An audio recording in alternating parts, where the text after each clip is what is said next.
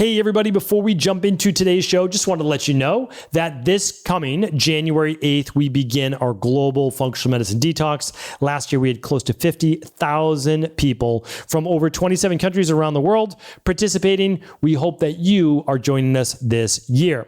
And going on this week, if you want to invite 2 or 3 of your other friends, you can actually buy 3 Equal Life Functional Medicine Detoxes and get 1 free. Saves you $99, so you can either do the 21-day yourself, save a detox for later in the year or next quarter, or split the cost over 4 of your friends.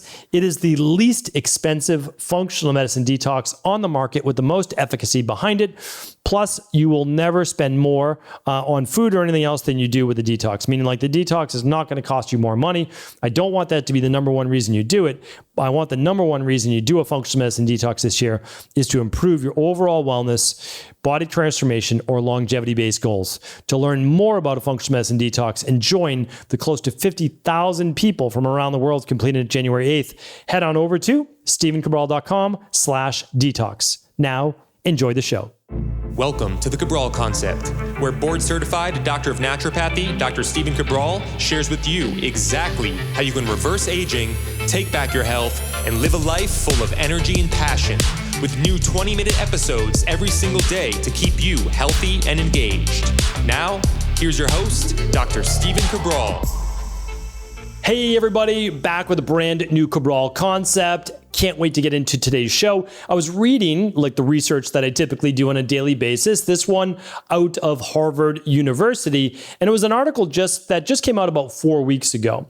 And it was on pickleball and actually how it's being studied in the Apple Heart and Movement Study as to look at the efficacy as actual exercise. Now, one interesting thing I like to always include is how does it factor into longevity from what we call our high performance health perspective. So what this article looks like, or research study, which is really well done, is tracking it using Apple Watches and Apple Heart Health and looking at it compared to tennis and compared to fitness-based levels and how it's actually moving to surpass tennis and may have just done so in August of 2023. So let's dive right into it. This is going to be a fun show. So it says pickleball started somewhere in the United States in the 1960s and has actually skyrocketed, especially over the last 3 years, where it's grown by over 158%. Now, one of the fun things is we've actually partnered with the Pickler, which is a pickleball franchise that is opening courts and locations all over the United States. I think they're going to have 100 locations within just the next 12 to 18 months. So certainly you can find out more about the Pickler. They're in Utah right now, Colorado, opening in Florida, they're opening in Texas, they're opening all over, and really fun organization. They'll teach pickleball, help train people, and they obviously have all the open courts. So pretty fun organization. I got to speak to George, the founder, just a couple weeks ago. So this isn't where it started though. It's funny because I started teaching high performance health last year, which is really dedicated to advanced healthy biohacking, anti-aging, longevity. We go through all the top 10 causes of mortality. We teach people how to test themselves on a yearly basis for preventative-based medicine and so much more. But pickleball kept popping up as one of the favorite activities of people that are now in their 70s and 80s and older that seems to be replacing tennis and golf. So when I looked at that, I said, well, that's really fascinating because we know the baby boomers right now, huge population generation, and they need to keep themselves active. So when I started to go through this study, which is pretty well done. I mean, when I'm looking at this right now, number of active participants was close to 1,400, and it spanned from January of 2021 through the end of August 2023. And so when they actually looked at all of the pickleball versus tennis, over the course of that, about 18 months or so, they found that the majority was actually tennis. However, by the time we got to December 2022 or January 2023, just about a year ago, pickleball went on a basically hockey stick trajectory, now surpassing, at least for the Apple Health study, tennis. Pretty remarkable if you ask me, right? So Pickleball, I find it to be more accessible to more people. It's done with doubles and it's closer courts and you're not having to hit the ball as hard. And again, I know people will call me out on that for sure. That's okay. I myself have not gotten into pickleball yet. I know that I would love it. So it's not about me saying I would love it or not. I know for sure I would love it, which is one of the reasons and basically the main reason why I'm not playing pickleball right now. Because once I get into something, I get like overly obsessed about it. And I'm like, oh, I just want to play this all the time. So right now I'm staying clear right now, but in the future, no doubt about it, I'd love to be able to play myself. So the oldest participant in this study was 84 and was playing tennis and 84 in pickleball. And then we had someone in tennis, 92 years old. However, the average age, I think you might find this interesting, for pickleball with just at least one pickleball game is 44 years old. But those people that play pickleball more than 10 times for the study were average age of 51 years old. You can see how it starts to skew a little bit older. With tennis, just one tennis match, 40 years old, 10 or more, 45 years old. So in both subject groups, they skewed older the more you played. Again, I find that to be fascinating, but maybe more free time, maybe less options, or what seems to be maybe less options. They're not doing the same things maybe as they were younger. They're choosing something, an activity that they feel is safer, that they can really enjoy with their friends. And I think that's probably wise. I think that's probably smart, especially when you get to see the stats on fitness. So average age pickleball with 10 or more, in this study, 51 years old. Average age for tennis, 45. All right. We already gave you the age ranges. Percentage that was male, 64% for pickleball, and percentage that was male for tennis, 71%. Okay, now let's go over the actual duration and intensity. I found this to be really important.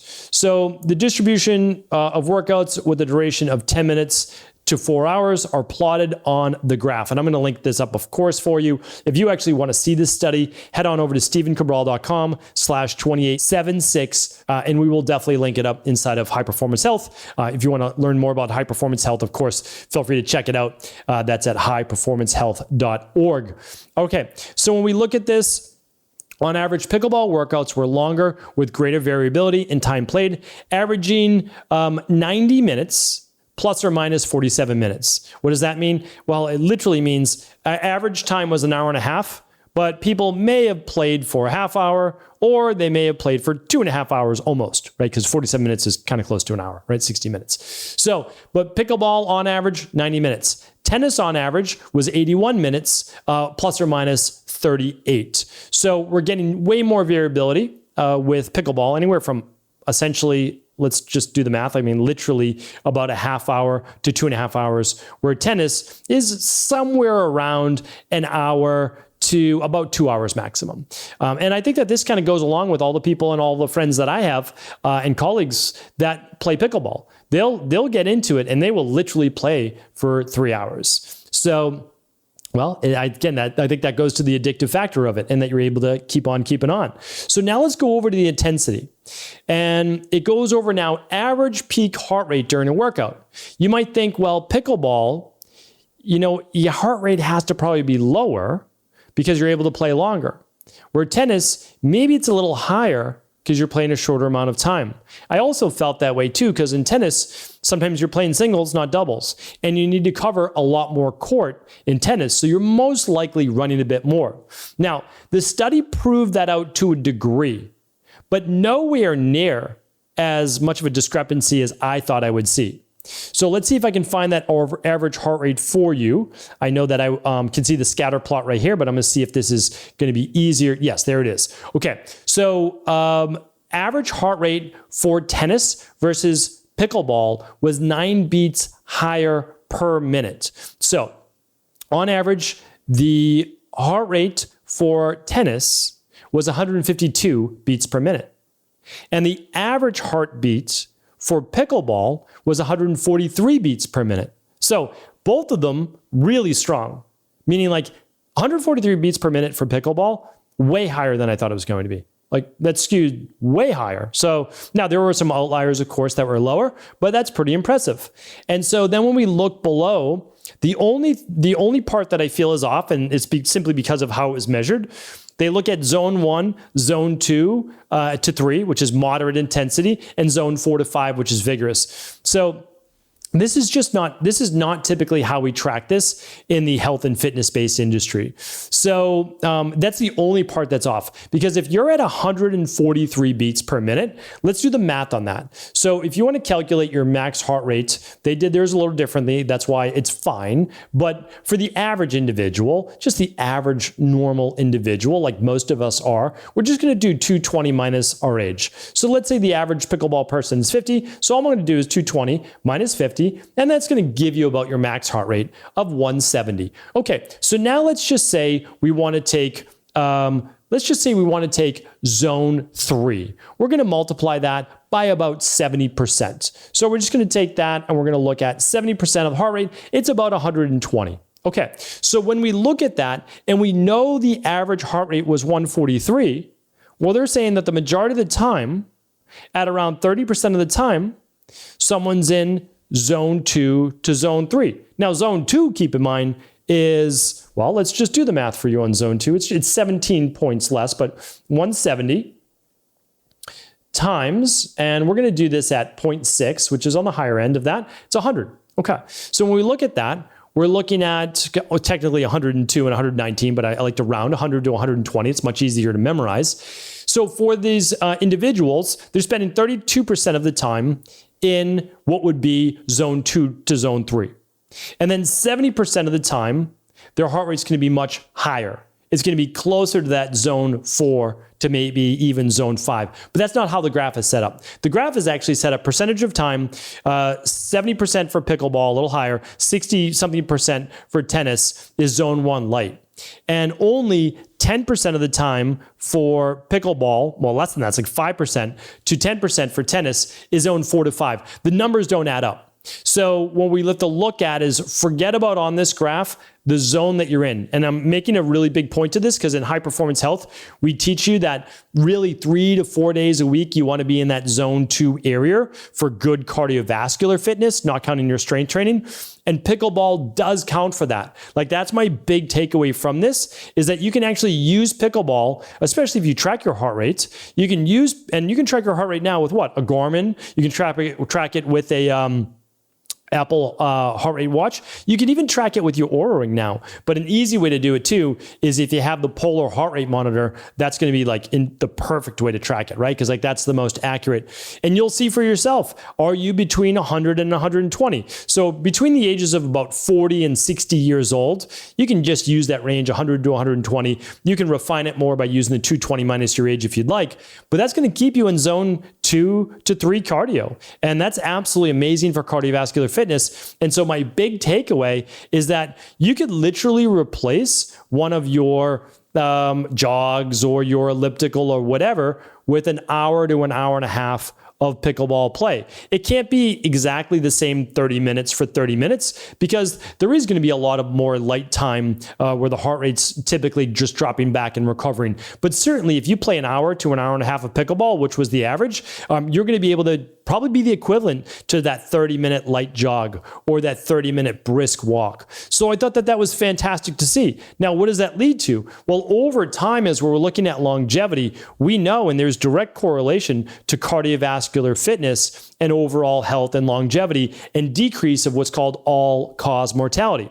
So in pickleball, not only are you getting your 10,000 steps in, right? You're getting your zone 2 to zone 3 cardio. That counts as well for cardiovascular health. So helping with blood pressure, heart disease, circulation, type 2 diabetes, Alzheimer's. I mean, it's pretty phenomenal. So, I mean, I'm a big proponent of pickleball. I've yet to play it, but I know for sure that in my future, it'll be something that I look to get into. And for all the people out there thinking about getting into pickleball or they're playing it right now, know that you're actually getting a great cardiovascular based workout as long as you are keeping your heart rate up to that zone 2, zone 3. So hopefully today's show was helpful. Again, I'll link up the study in all the show notes at stevencabral.com/2876. Do feel free to share the show with anyone you believe it could serve. Hey everybody, thanks so much for tuning into today's show. Just make sure you are already aware that we are beginning our global community detox this January 8th. Last year, we had close to 50,000 people complete a functional medicine detox by Equal Life during that week. Now, whether you're completing a 7-day, 14-day, or 21-day, January is the best time to start. We will support you with everything that you need at CabralSupportGroup.com. So CabralSupportGroup.com, all your questions, we will answer them right there. But if you want to save or join 3 or 4 of your friends with this detox this coming January, we can't recommend it enough. If you're looking to improve your overall sleep or mind or inflammation or hormones or weight loss or so much more, the Equal Life Functional Medicine Detox is the best place to start. All of our wellness-based clients start here. It sets the stage to make every protocol, whether it's wellness, weight loss, weight gain, or anti-aging, that much better. Simply put, the detox opens up the pathways for the body to be able to heal. You can find out details by going to StephenCabral.com/detox. I also have a free detox course if this is new to you at StephenCabral.com/courses. Click on the detox course. It's completely free. You'll learn more about liver and functional medicine detoxification, the number one thing you can be doing every 12 weeks, but you start the new year as the best place to go. Now, one more thing, if you do sign up this week, you'll actually get 1 free. So buy 3 functional medicine detoxes by Equal Life, get 1 free. Saves you $99, and if you're doing a 21-day, you just complete those 3 7-day detoxes, save another one for the next quarter. Or you can get 4 friends together and you can just split the cost. Find out all the details right now and join us for the largest global functional medicine detox in the world with over 27 countries participating at StephenCabral.com/detox.